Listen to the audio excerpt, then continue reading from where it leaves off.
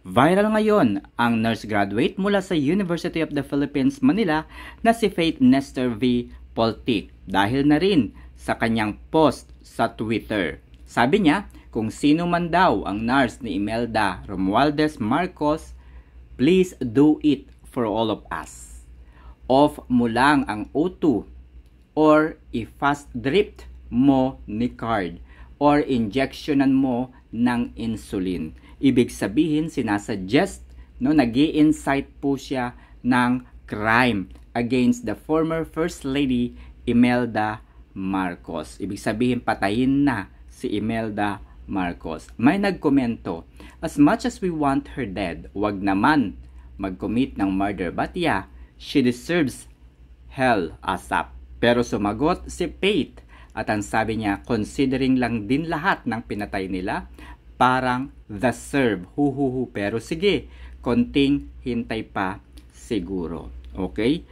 Si Faith Nestor V. Poltic ay nag-review sa Top Rank Review Academy. Ayan. So, dahil sa pagiging viral nito ay hinalungkat na ng mga netizen ang kanyang background kasama ang kanyang pamilya at nga nalaman nga ng mga netizen na ang kanyang ama ay pastor. Nagpaliwanag na rin po si Faith na ang kanyang Twitter account ay nahack at hindi siya ang nagpost ng nasabing message, no?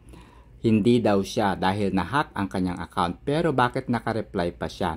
Ang tinitignan natin dito mga kaibigan ay hindi naman siya ganun kasikat. Kakaunti nga lang, wala pang 500 ang kanyang followers, wala pang 400 ang kanyang followers sa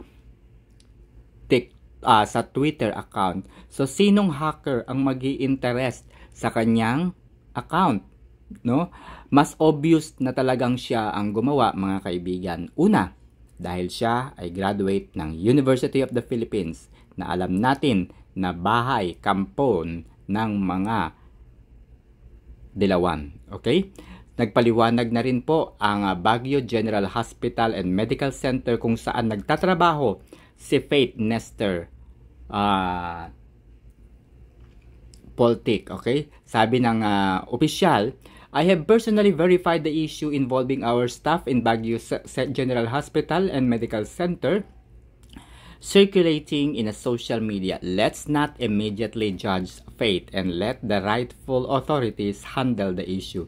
Thank you for your kindness. Alright, this is my point mga kaibigan.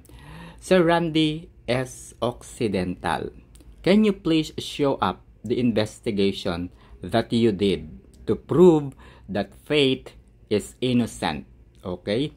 Nagpahayag na rin si Faith sa kanyang Facebook account na ang kanyang account sa Twitter ay nahack. Pero yun na nga mga kaibigan. Who the hell are the hacker na magi-interest sa social media platform na ito? Gayong hindi naman sikat si Faith. Diba? Hindi naman siya kumikita sa kanyang Twitter, sa kanyang Facebook dahil kakaunti ang kanyang followers, hindi siya sikat. So, if I were the hacker, should I spend my time hacking this account? Come on, my God.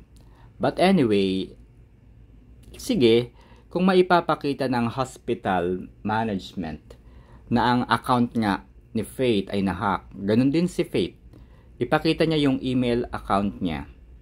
Kasi makakatanggap yan ng notification that her account was hacked and violates the community. Bukod sa pagiging estudyante o graduate mula sa University of the Philippines, na alam natin na paaralan ito ng mga aktivista, paaralan ng mga dilawan, katulad na nga ni Faith, ay ang kanyang ama ay pastor din.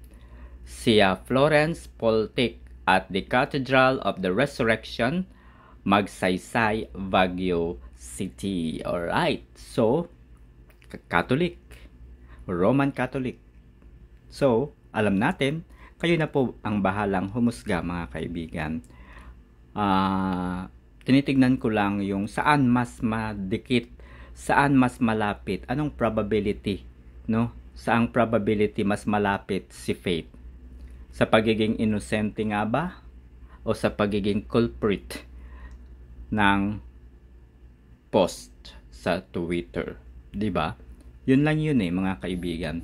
Kasi kung na-hack yung account mo, the very first time, the very first moment is to message your friends, like nang ginagawa ko mga kaibigan.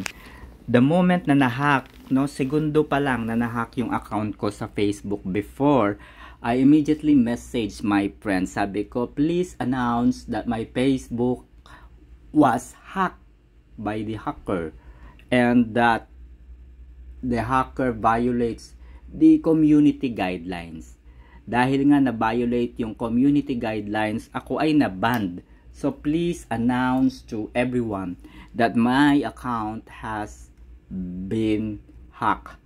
Diba? Ganun lang yun mga kaibigan. Pero wala walang message from her na yung account niya ay na-hack. And at the same time, nakasagot pa nga siya doon sa isang comment.